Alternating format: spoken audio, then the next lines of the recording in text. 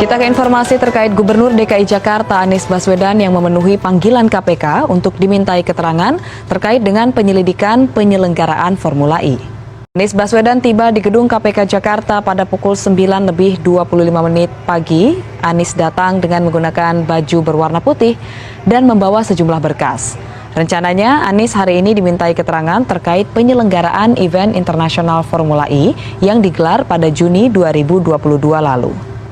Juru bicara KPK Ali Fikri mengatakan pemeriksaan Anies ini nantinya dapat memberikan gambaran utuh terkait dugaan korupsi Formula E. Lantas apakah ada tanggapan Anies terkait hal ini?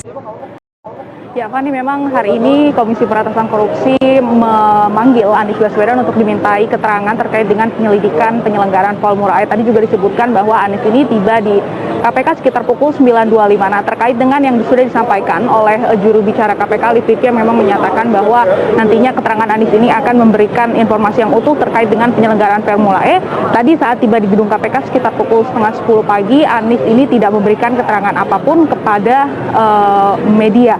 Karena memang proses penyelidikan penyelenggaraan Formula E ini masih dalam proses penyelidikan, sehingga memang belum ada keterangan informasi yang banyak bisa disebarkan baik kepada publik, baik oleh KPK itu sendiri maupun pihak yang dimintai konfirmasi, dalam hal ini adalah Anies Baswedan.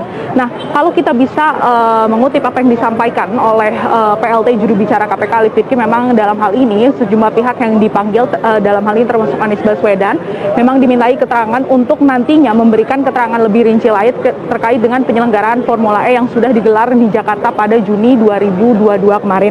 Nah, kemudian hal ini dimintai keterangan untuk nantinya melengkapi pengumpulan keterangan dalam rangka proses penyelidikan, dan juga nantinya dianalisis apakah di dalam proses penyelenggaraan Formula E tersebut apakah ada dugaan tindak korupsi di dalamnya. Namun memang itu belum dapat dipastikan secara pasti karena memang KPK saat ini masih terus mengumpulkan barang bukti. Hal ini juga disampaikan oleh Direktur Penindakan dari Komisi Pemberantasan Korupsi, yaitu Pak Karyato, memang menyatakan bahwa kalau Komisi Pemberantasan Korupsi sendiri hari ini ataupun dalam kasus ini sudah memiliki sejumlah barang bukti, namun memang perlu dianalisis lebih dalam dan juga dikonfirmasi juga ke beberapa pihak lainnya untuk nantinya diketahui apakah dalam proses penyelenggaraan Formula E yang sudah digelar pada Juni 2022 kemarin, apakah di dalam proses penyelenggaraannya ada dugaan korupsi ataupun dugaan tindak pidana korupsi lainnya atau tidak. Nah, kalau kita juga mengutip memang Farnisa dari apa yang disampaikan oleh Komisioner KPK yaitu Alexander Marwata, memang menyatakan bahwa lidik proses penyelenggaraan ajang Formula ini saat ini terus berjalan.